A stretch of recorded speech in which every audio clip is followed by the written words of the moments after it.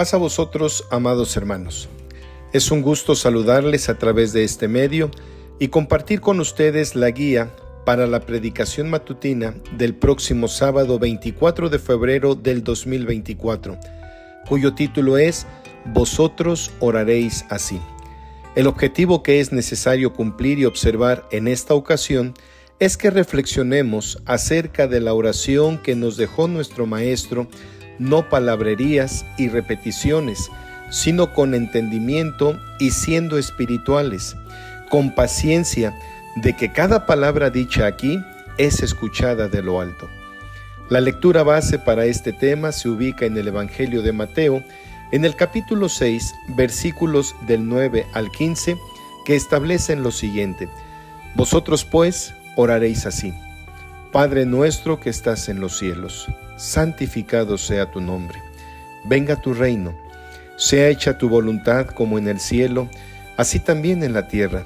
Danos hoy nuestro pan cotidiano y perdónanos nuestras deudas, como también nosotros perdonamos a nuestros deudores. Y no nos metas en tentación, mas líbranos del mal, porque tuyo es el reino y el poder y la gloria por todos los siglos. Amén. Porque si perdonareis a los hombres sus ofensas, os perdonará también a vosotros vuestro Padre Celestial. Mas si no os perdonareis a los hombres sus ofensas, tampoco vuestro Padre os perdonará vuestras ofensas. Antes de abordar plenamente el tema, es conveniente tener presentes algunas consideraciones. Primero, orar es la comunicación con Dios, la manera en que exteriorizamos nuestra gratitud y reconocimiento por la manifestación de Dios en nuestro diario vivir. Segunda, orar implica que lo hagamos con fe, como lo establece Hebreos capítulo 11, versículo 6, que cuando nos dirijamos a Dios, aunque no le veamos, creamos que Dios existe y que es galardonador o recompensador, pues, de los que le buscan. Tercera consideración: preferentemente debemos hacerlo de rodillas, como afirma Romanos capítulo 14, versículo 11, porque escrito está: vivo yo, dice el Señor, que a mí se doblará toda rodilla y toda lengua confesará a Dios. O también como lo establece Filipenses capítulo 2, versículo 10, para que en el nombre de Jesús se doble toda rodilla de los que están en los cielos y de los que están en la tierra y de los que debajo de la tierra. Y una cuarta consideración, no menos importante, es que tomemos en cuenta que uno es el deseo de nuestro corazón. Es decir, cuando oramos, generalmente solicitamos el favor o la manifestación de Dios. Pero lo que debemos tener presente es una cosa: nosotros solicitamos delante de Dios la necesidad que en ese momento planteamos, pero otra muy diferente es lo que Dios tenga determinado sobre nosotros o para nosotros. Y podemos enumerar diversos ejemplos bíblicos donde se manifiesta el deseo del ser humano y contemplar lo que Dios contesta y responde. O muchas veces, amados hermanos, hay silencio de parte de Dios. Ese silencio lo debemos saber entender, comprender, asimilar, lo cual significa que no dejemos de orar cuando no recibimos lo que pedimos, sino debemos de considerar que si pedimos es lo que sea correcto o deba ser conveniente para nosotros, pues cuando nos dirigimos delante de Dios debemos de tener presente, de tener en mente lo que afirma el apóstol Santiago en el capítulo 4, versículo 3, que afirma: pedís y no recibís, porque pedís mal, para gastar en vuestros deleites.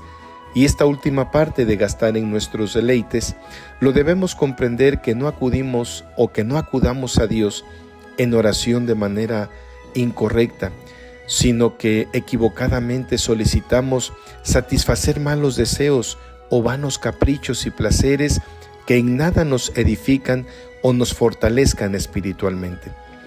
Cuando nos dirigimos en oración delante de Dios, tengamos presente que Él conoce todas nuestras necesidades, sabe de nuestros pensamientos, lo profundo de nuestro ser antes que nosotros le pidamos.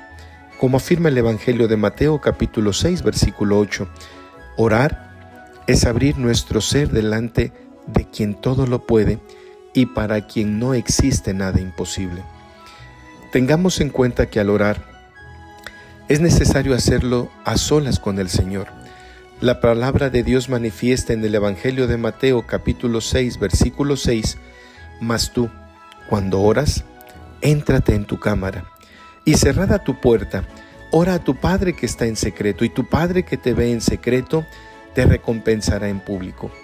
Esto implica confesar delante de Dios nuestras faltas, nuestro sentir, nuestro pesar, sin que pasemos por alto, darle las gracias por su constante misericordia derramada hacia nosotros, y como lo afirma el apóstol Pablo, Dios es el Dios de las misericordias y el Dios de toda consolación. Segunda carta a los Corintios capítulo 1 versículo 3. Aunque quizás lo entendemos plenamente, orar no solo es realizado en privado. Existen ocasiones en que debemos hacerlo en público. Eso dependerá de las circunstancias que lo ameriten. Tenemos algunos ejemplos de personajes bíblicos que oraron de manera pública, como Elías, cuando se enfrentó a los 450 profetas de Baal; Esdras, cuando angustiado por la falta de dedicación del pueblo de Israel para con Dios, como lo afirma Esdras capítulo 10 versículo 1; o Salomón, cuando dedicó el templo que había construido, como lo afirma el primer libro de los Reyes capítulo 8 de los versículos 22 y 23, etc. Hay una consideración especial que es necesario meditar, y es cuando oramos por los alimentos en lugar público, como un restaurante o algún otro lugar. No sienta pena, no se amilane, y que este sea un testimonio para quienes nos rodean, que usted es hijo de Dios y agradece por la bendición que le brinda al darle el alimento de cada día sin restricción alguna. En este sentido, las mujeres deben cubrir su cabeza poniéndose el velo. Asentado lo anterior, pasemos a considerar algunos aspectos importantes de la forma en la que el Señor Jesús enseña a orar a sus discípulos, y considero conveniente que destaquemos varios aspectos en este patrón de la oración. Primero, que debemos dirigir nuestra oración al Padre. Segundo, damos una forma de alabanza al afirmar que el nombre de Dios es santo. Tercero, que damos por sentado que la voluntad de Dios debe realizarse en la tierra como en el cielo. Y aquí es importante resaltar, aunque creo que lo comprendemos todos, que cuando dice hágase tu voluntad en la tierra, no es referido al mundo, el lugar donde vivimos o el lugar que pisamos, sino que se refiere a que la voluntad de Dios se haga en cada uno de nosotros, y damos por aceptado, sin reprochar, sin refunfuñar, lo que Dios establezca para cada uno de nosotros. Por otro lado, en este modelo de oración, se da por sentado que, así como Dios perdona nuestras deudas, dicho de otra manera, nuestras ofensas, a cada uno de nosotros nos comprometemos a pasar por alto las ofensas que se hacen agravio en nuestras personas, pues de este modo y de este modelo dado en oración por el Señor Jesucristo a sus discípulos, será por sentado. Es un compromiso para cada uno de nosotros que al solicitar a Dios que perdone nuestras ofensas, nosotros también perdonaremos a los que nos ofenden. No solamente podemos pedir que Dios nos perdone nuestras ofensas y que nosotros, cuando alguien nos ofende, no podamos perdonarlo. Ese no es el compromiso en esta oración que fue ejemplificada a los discípulos cuando les solicitó cada uno de ellos que les enseñara a orar como Juan enseñó a orar a sus discípulos.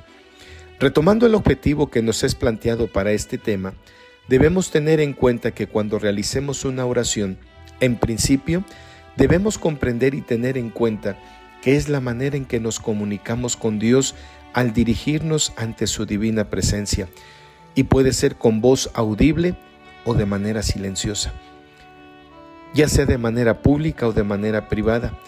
E ineludiblemente el ingrediente principal es que tengamos fe cuando nos dirigimos delante de Dios, Lo anterior basándonos en el Evangelio de Mateo, capítulo 21, versículo 22, o en Hebreos, capítulo 11, versículo 6, que ya habíamos mencionado anteriormente.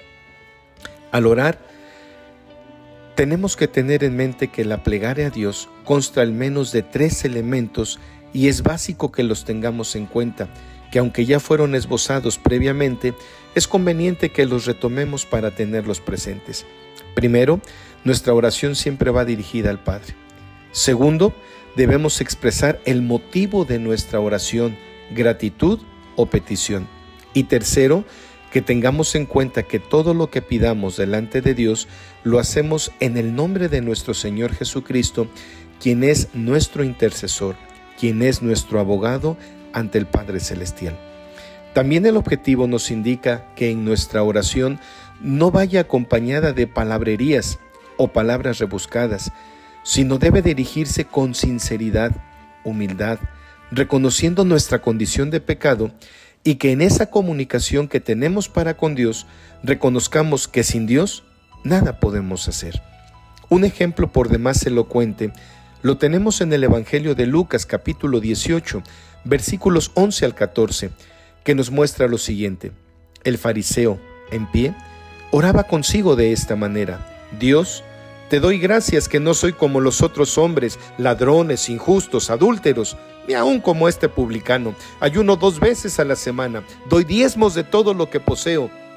Mas el publicano, estando lejos, no quería ni aun alzar los ojos al cielo, sino que hería su pecho, diciendo: Dios, sé propicio a mi pecador.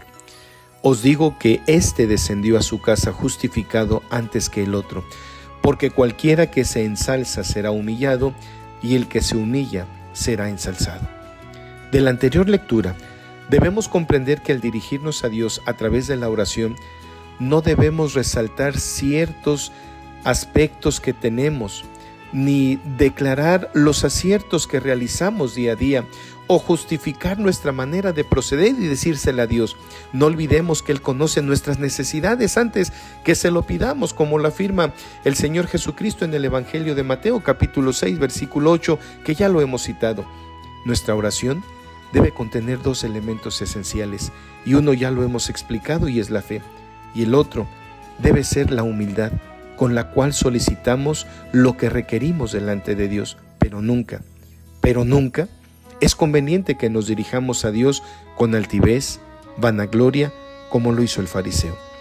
Oremos con humildad, abriendo nuestro corazón, derramando nuestra alma, como lo hizo Ana al dirigirse a Dios para solicitar su bendición en ella, y permitirle pudiera concebir, como lo declara el primer libro de Samuel en el capítulo 1, versículo 10 al 16.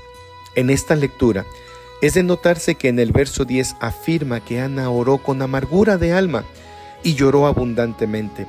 Debemos reflexionar que esta palabra de orar con amargura la entenderemos como que en su dolor ella clamaba, en su tristeza de su alma o en una profunda aflicción del alma, Ana expuso lo que necesitaba delante de Dios. Lo que nos quiere dar a entender y comprender esta lectura, que cuando oremos delante de Dios para expresarle aquello que nos aflige, lo expresemos delante de Dios con humildad, que no lo hagamos de manera rebuscada. Y cuando la lectura en el versículo 12, en esta lectura del primer libro de Samuel, cuando nos dice que Ana oró prolongadamente, no quiere decir que ese sea el parámetro para ser escuchado. Tomemos en cuenta lo que el Hijo de Dios les recomendaba a sus discípulos, que cuando oraran lo debieran realizar sin dilaciones, sin prolongar tanto nuestra conversación con Él, pues nuestro Padre Celestial sabe lo que requerimos antes que se lo pidamos, como ha quedado ya plenamente asentado previamente. Y como lo afirma en el Evangelio de Mateo, capítulo 6, versículo 7, orando, no seamos prolijos como los gentiles, que piensan que por su parlería serán oídos, que al orar no repitamos y repitamos palabras innecesarias. Oremos con una necesidad, oremos con humildad, y que cuando nos dirijamos a Dios no lo hagamos con letanías. Amados hermanos, tengamos presentes todas estas cosas en el momento de que nos dirijamos ante la presencia de Dios y mejoremos constantemente ese allegamiento o esa forma de allegarnos delante de Dios. Consideremos, hermanos, que no por prolongar nuestras oraciones, por utilizar palabras rebuscadas, por manifestar ante la congregación que tardamos mucho tiempo de rodillas orando delante del Dios, delante de nuestro Dios, hermanos, podamos ser escuchados plenamente. Debemos entender que cuando nos dirigimos a Dios, debemos hacerlo con humildad, con sencillez, declarando todo aquello que está en nuestro corazón, que de antemano ya Dios lo conoce. Hermanos, también para nosotros, quienes exponemos este tema ante la congregación, debemos hacer acopio de todas estas recomendaciones, porque también la congregación escucha el momento en el que oramos, y si todas estas recomendaciones las damos, es porque usted y yo las llevamos a la práctica. Tengamos ese cuidado, hermanos, de que este tema también sea edificante para nosotros, nos ayude a mejorar nuestra comunicación con Dios y podamos manifestar a cada uno de nuestros hermanos la manera correcta de hacerlo. Amados hermanos, esta es la guía, es una breve enseñanza, una breve introducción para este tema, para que cada uno de nosotros, con la ayuda y guianza del Espíritu de Dios, podamos desarrollar este tema. Que Dios bendiga a cada uno de ustedes, a cada uno de nosotros. Paz a vosotros, amados hermanos.